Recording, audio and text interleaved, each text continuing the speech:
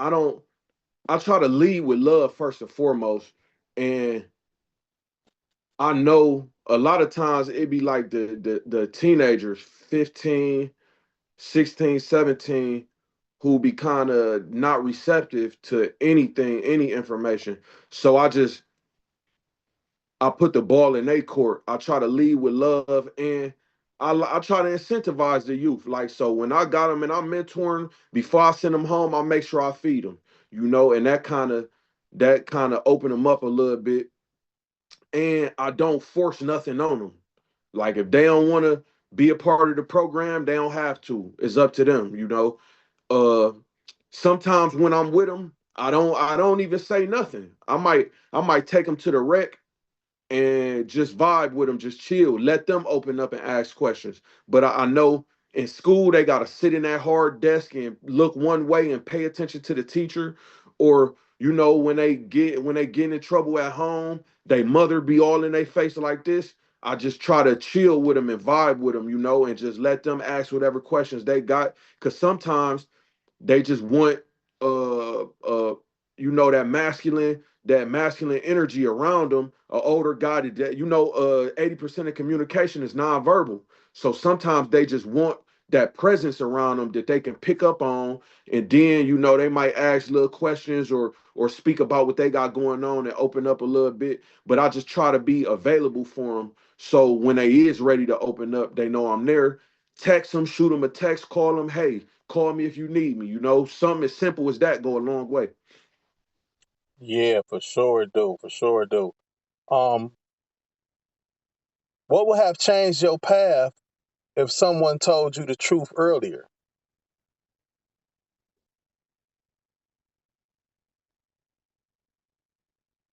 See, I can't say that it wasn't nobody in my life that wasn't telling me the truth. Like a lot of my caregivers was older people, you know, um, probably old enough to be my grandparents. So it was always that generational gap that didn't really connect. But that's a good question, man. And I understand what you're saying too. Being raised by older people like that, they not our peers, so it ain't that easy to. And then the way that they're explaining it, it ain't coming off to the younger guy. Just like you just said, 80% of communication is nonverbal. And sometimes it's just chilling with them and just being that positive male role model figure type person. But I understand what you trying to say, and I feel it. I definitely Yeah, yeah, feel it. that older generation, they was raised a little harder, you know, so they approach is different. Yeah, You it's know what I'm very saying? different. It's very different. It's very just like ours is to the younger ones now. So it's Yeah, always it's I done found myself. I be having to critique myself and change up stuff, and I be kicking it with them. And now I know what get their attention. I'ma use their little lingo, the yeah, little new words that they using or whatever. I'ma talk to them like that. But I know what it means. Just like they know what it means, and this they language. So I'm meeting yeah, them. I'm meeting them where they are. I'm meeting yeah. this Gotta be able to speak their language. right. You got to be able to speak that language and communicate and kick it with them like that. So yeah. Um, what excuses do you hear now that sound exactly like the ones you used to use? Oh man, all of them, you know, all of them Right. blaming, and putting the blame on everybody else. You Hmm. know, just yeah, all of the excuses, man. Like I said, ain't nothing new under the sun. So they saying the same things we was saying when we was bumping our heads back then. It's just so crazy because of technology and social media.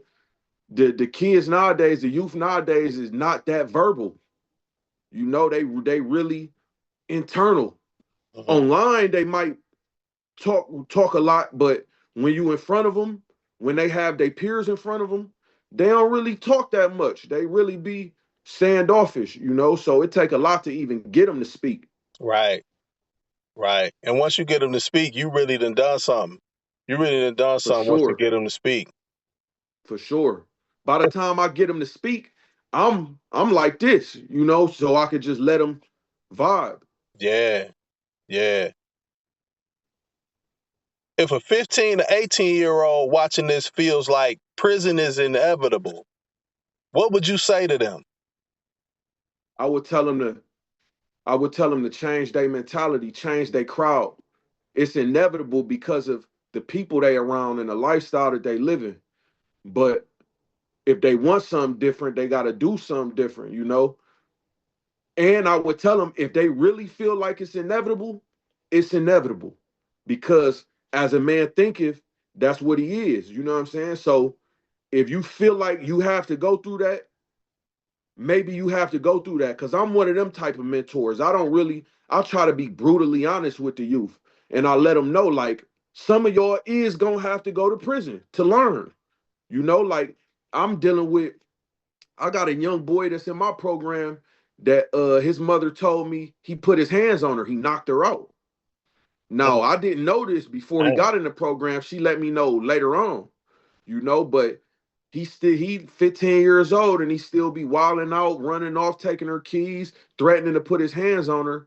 And I had to let her know, like him, he gonna have to learn the hard way. You know, he don't need an incentive. He need to be rehabilitated. So it's some people that do need to experience that. Some of these young boys do need to experience that. They gotta touch the fire to know that it's hot. Because after a certain age, they not gonna listen. They not gonna listen to their parents. Like I really think that fathers nowadays don't understand the influence that they actually have in a son's life. Like if some of these fathers really stepped up when their sons got in trouble and they really got on them, a lot of these boys is taking that pain out that they got towards their father. They taking it out on the world, you know. So I didn't forgot the question you asked. What's the question you asked again? I asked, if a 15 to 18-year-old watching this feel like prison is inevitable, what would you say to them? I would tell them to change their mentality, man. Change their crowd, change their environment, and something else will become inevitable. Success will be inevitable. They gotta really plan for their future. If you got it in your head that that's gonna be your future, that's why you feel like it's inevitable because you're creating that in your mind. So you're gonna manifest it into reality. So you just gotta put something else in your mind. For sure, for sure. So, okay, well, we didn't got off into all this and talking. I want you to explain your program because you mentioned your program, you mentioned incentives, you mentioned everything. I want you to tell us the name of your program and yeah, give us a quick breakdown about it so everybody will know. Yeah, no doubt. So my program is the safety unit. Me and my partner Rondé East, we started it in the end of 23, beginning of 24. So we fairly new. It's a violence prevention and intervention program where we focus on, education, teaching the youth emotional intelligence and problem solving skills, critical thinking. We really focus on mentoring and just being that positive male role model in a life that they might be lacking. You know, yeah. So we started off with our summer program that was a success.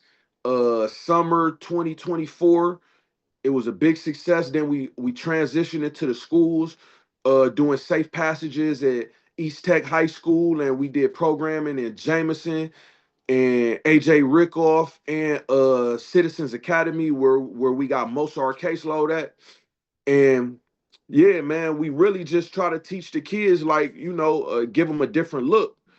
Teach them just basic skills that they should get from the positive male role models in their community. Like recently, last week when I was in Citizens Academy, I did a whole lecture about the difference between justice and revenge, and I used references from the DC universe and the Marvel comic universe to show to the youth the difference between, when something happened and when justice is involved, how it's a whole system, right? And when revenge is involved, when you just moving off of impulse, because a lot of the crime or violence that's happened in the city is based off of people wanting revenge and retaliation. So they really like that a lot. I seen they was really engaged by that. But yeah, that's what we focus on, just teaching the youth how to control their emotions and giving them good examples that they can pattern themselves off in life.